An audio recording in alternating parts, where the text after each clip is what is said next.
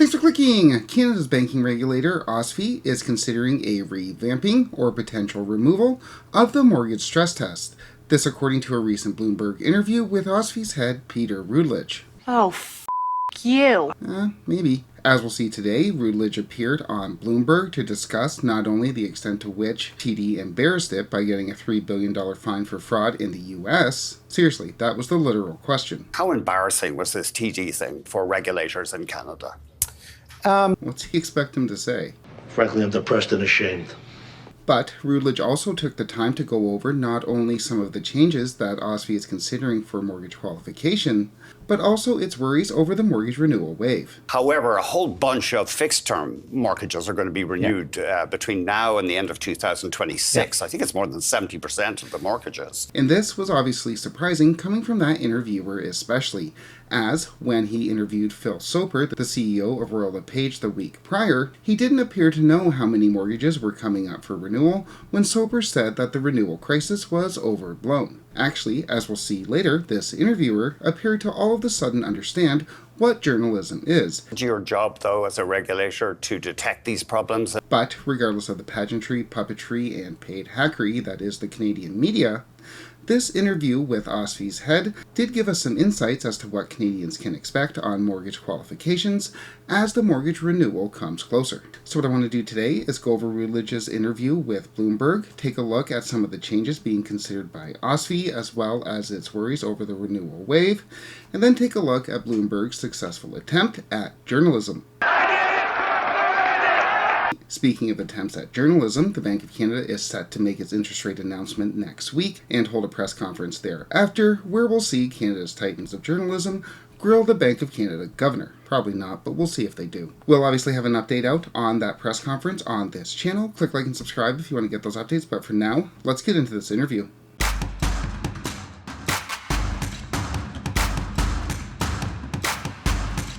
On to the interview and the changes to the mortgage stress test.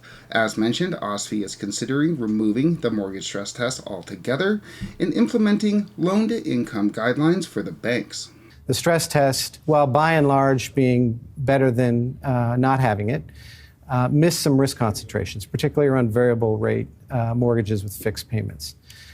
We're contemplating a loan-to-income test and testing it over the next year because A, it is a test we apply only to lenders and not to borrowers, and we can talk about that in a minute.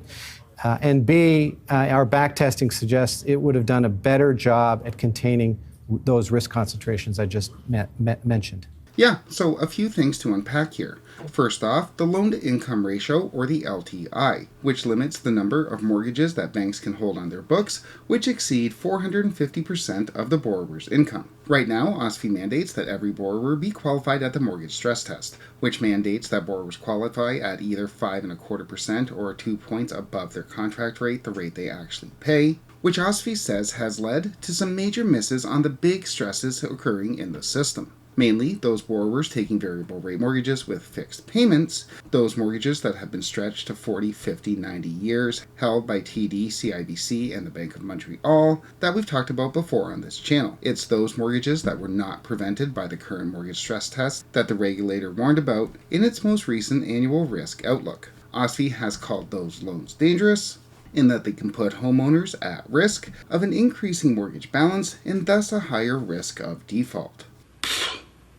Had there been an LTI limit during the pandemic, which would have limited the extent to which banks could offer high loan-to-income loans, then we wouldn't have to worry so much about the renewal wave and the impending payment shocks coming up in 25 and 26. So, how would this new loan-to-income regime be implemented? Well, to a certain extent, it would be up to the bank's discretion. So the test says to an individual bank, if you do 100 mortgages in a quarter, or 1,000 mortgages in a quarter, 200 or 250 of those 1,000 mortgages can be to borrowers with loan to income above 4.5 times or 450%. Banks can decide how to allocate that limit out. No, I trust him 1,000%. So it would be left up to the banks as to how they implemented the criteria, dictating whether or not borrowers were eligible to a high loan-to-income mortgage. My guess is they would probably base that off credit score, so maybe if you wanted a 450 LTI loan to income, you would need a 720 score, rather than the 680 benchmark that they have right now. But how would this actually change borrowing power? If we look back to 2021, back when fixed mortgage rates started to rise, and Canada's financial intelligentsia started telling borrowers to take a variable rate mortgage as it was easier to pass the stress test, get more money than it was to qualify at 2 points above a rising fixed rate, the stress test mandated that even variable rate mortgage borrowers had to qualify at 5.25, which meant that with a income of $160,000 per year, borrowers could borrow about $800,000. However, were that 450 LTI to be implemented back then, only certain borrowers would have been able to borrow up to $720,000. In contrast, right now, were you to get a mortgage from our resident laundry machine, TD Bank, at 4.74, that would put the max borrowing amount at $670,000. So these new changes would be less restrictive than we have today, but more restrictive than what we had during the pandemic, and would help to mitigate some of the bad actors in the mortgage industry. Sometimes may be good, sometimes may be Now, as to when all of this could take place, It's a year to make sure we can do this right with the loan to income test. They'll run in parallel. But after a year, if it works, we will consider loan to income as a replacement or alternative to the mortgage stress test. We could also decide to keep them both for another year, but that's certainly in our option set. So, in a year from now, we could see the mortgage stress test get replaced by loan-to-income limits, which would put limits on the banks in how much they can offer high loan-to-income loans to their borrowers, which would limit the extent to which borrowers are able to max out their borrowing power. It's going to be bad for you. Next, Routledge was asked about the mortgage renewal wave coming up. However, a whole bunch of fixed-term mortgages are going to be renewed between now and the end of 2026. I think it's more than 70% of the mortgages. Yeah. So a lot of people will be renewing at higher rates. Yes. And the way we think about that, 70 is a good number, a round number. 20 of that 70 have renewed once. And so they've renewed in the last couple of years with a 2 or 3 year mortgage. 50 are going to do it for the first time. And they are going to experience potentially an increase in mortgage rates and therefore debt service. And we are worried about that. Yet, as we mentioned earlier, this stands in stark contrast to what we heard from the visionary, the Oracle himself, Royal LePage CEO Phil Soper, just last week, who said that by the end of 2024, the mortgage renewal wave will be largely over. 3/4 of mortgages written during those pandemic lows will have rolled into post-pandemic rates by the end of 24. So, on the one hand, we have the head of Canada's banking regulator giving us statistics telling us that the mortgage renewal wave is a real worry.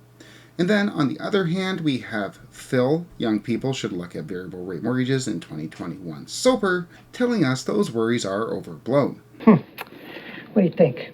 And, yet again, I want to note that the interviewer on Bloomberg, who said absolutely nothing to Phil Soper when Soper incorrectly said that the majority of mortgages have renewed or will have renewed by the end of 2024, seemed to know an awful lot about them 1 week later. Between now and the end of 2026, I think it's more than 70% of the mortgages. Yeah. And it's not like this guy from Bloomberg doesn't know how to grill his guests. Watch him do it with Peter Routledge. You've seen the headlines about snow washing and that Canada's the soft underbelly on money laundering. Yeah. So do you feel you fell down in the job? I think we fulfilled our responsibility. Sorry, you fulfilled your responsibility? But what about laundering money for fentanyl dealers? He's already dead. Where's that guy when the titans of the real estate industry are on a national financial news network trying to sell us all an 85 Cutlass? There's a big difference between that, what we just saw him do to Canada's banking regulator, and the admiration that he showed for Phil Soper nearly a year ago on the Banger News that Phil Soper was once a landlord. Got it when I was younger.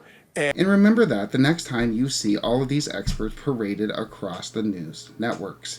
It's not that they don't know these guys are wrong. Obviously, the interviewer did. He knows that the mortgage renewal wave is not coming to an end at the end of 24. It's not that they don't know how to grill their experts. Obviously, he does, giving Peter Routledge quite the grilling over TD's fraud in the United States. It's that they choose not to. It's not that they're ignorant, it's not that they don't know, it's not that they're incompetent, it's not that they don't know how to do their jobs, it's that they choose not to do their jobs. So, in summary, OSFI is considering a change in mortgage qualification standards, changing the stress test, moving to a maximum loan to income that can be held on the bank's books. The banking regulator continues to be worried about the mortgage renewal wave coming up in 25 and 26, and Canada's news media continues to be as impressive as ever. Whether or not these changes will come to Canada remains to be seen, but we will obviously continue to track them on this channel. Click like and subscribe if you want to get those updates, but for now, thanks so much for watching.